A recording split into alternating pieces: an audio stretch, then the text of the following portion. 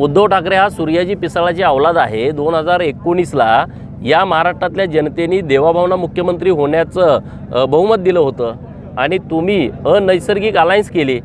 काँग्रेस, राष्ट्रवादी आणि शिवसेना अशी कधी अलायन्स महाराष्ट्रामध्ये झाली होती का? हे सूर्याजी पिसाळाचं काम उद्धव ठाकरेंनी केलेलं आहे। त्यामुळं उद्धव ठाकरे आता पूर्णपणे व्हायबल झालेला माणूस आहे। रोज दिव्याच्या गाड्या मातोश्रीकडं, प्रोटोकॉल, झेड+ सुरक्षा सगळं गेलं ना, काय राहिलं नाही। कोणाची गाडी वाट बघत बसली, कोण येतंय का, कोण माझी वेळ घेतंय का? अरे येणार कोण आता? सगळे निघून गेले। उद्धव साहेबांची मानसिकता पूर्णपणे बिघडलेली आहे। तिकडं कोण वेळ पण मागणार आणि तिकडं भेटायला पण कोण येणार। सगळी गर्दी आता भाजपाकडे आहे, सगळी गर्दी आता एकनाथ शिंदे साहेबांच्या शिवसेनेकडे आहे।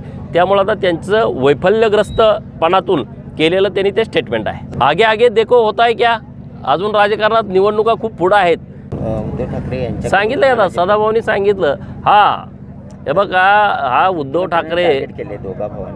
ठाकरे हा सूर्याजी पिसाळाची औलाद आहे। 2019ला या महाराष्ट्रातल्या जनतेने देवाभावना मुख्यमंत्री होण्याचं बहुमत दिलं होतं आणि तुम्ही अनैसर्गिक अलायन्स केली।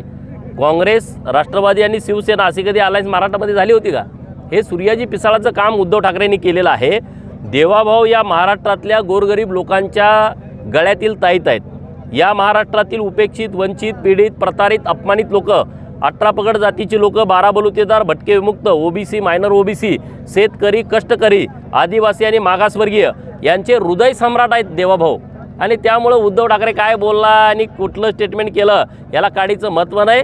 हे सूर्याजी पिसाळाची औलाद आहे। 2019ला त्यांनी देवाभाऊंचा घात केला। महाराष्ट्रातल्या जनतेने भरघोस मतदान देऊन 237 आमदार महायुतीचे दिले।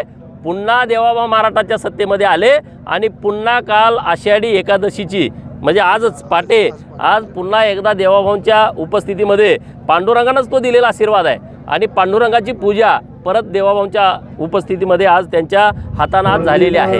त्यामुळं उद्धव ठाकरे आता पूर्णपणे व्हायबल झालेला माणूस आहे। रोज दिव्याच्या गाड्या मातोश्रीकडं, प्रोटोकॉल, झेड+ सुरक्षा सगळं गेलं ना, काय राहिलं नाही। कोणाची गाडी वाट बघत बसली, कोण येतंय का, कोण माझी वेळ घेतंय का? अरे येणार कोण आता? सगळे निघून गेले, कुणी येण्यासारखं नाही। आणि माणूस जेव्हा मानसिकदृष्ट्या खच्चीकरण होतो, जेव्हा तर तुम्ही मीडियामध्ये काम करता, रोज तुम्हाला माणसं पाहिजेत। तुम्हाला जर घरात ठेवलं आठवडाभर तर तुम्ही काय कराल सांगा ना? रोज ह्या पार्टीचा माणूस त्या पार्टीचा पुढे जाऊन तुम्ही प्रश्न विचारताय आणि 8 दिवस तुम्हाला घरात ठेवलं तर तुमची मानसिकता बिघडेल। तशा पद्धतीनं उद्धव साहेबांची मानसिकता पूर्णपणे बिघडलेली आहे। तिकडं कोण वेळ पण मागणार आणि तिकडं भेटायला पण कोण येणार। सगळी गर्दी आता भाजपाकडे आहे, सगळी गर्दी आता एकनाथ शिंदे साहेबांच्या शिवसेनेकडे आहे। त्यामुळे आता त्यांचं वैफल्यग्रस्तपणातून केलेलं त्यांनी ते स्टेटमेंट आहे। राज ठाकरेमुळे त्यांना काय फायदा होईल का? आगे आगे देखो होता है क्या? अजून राजकारणात निवडणुका खूप पुढं आहेत। आता नेमकी काय परिस्थिती होती ते आमचे वरिष्ठ या सगळ्या विषयावरती बोलतील।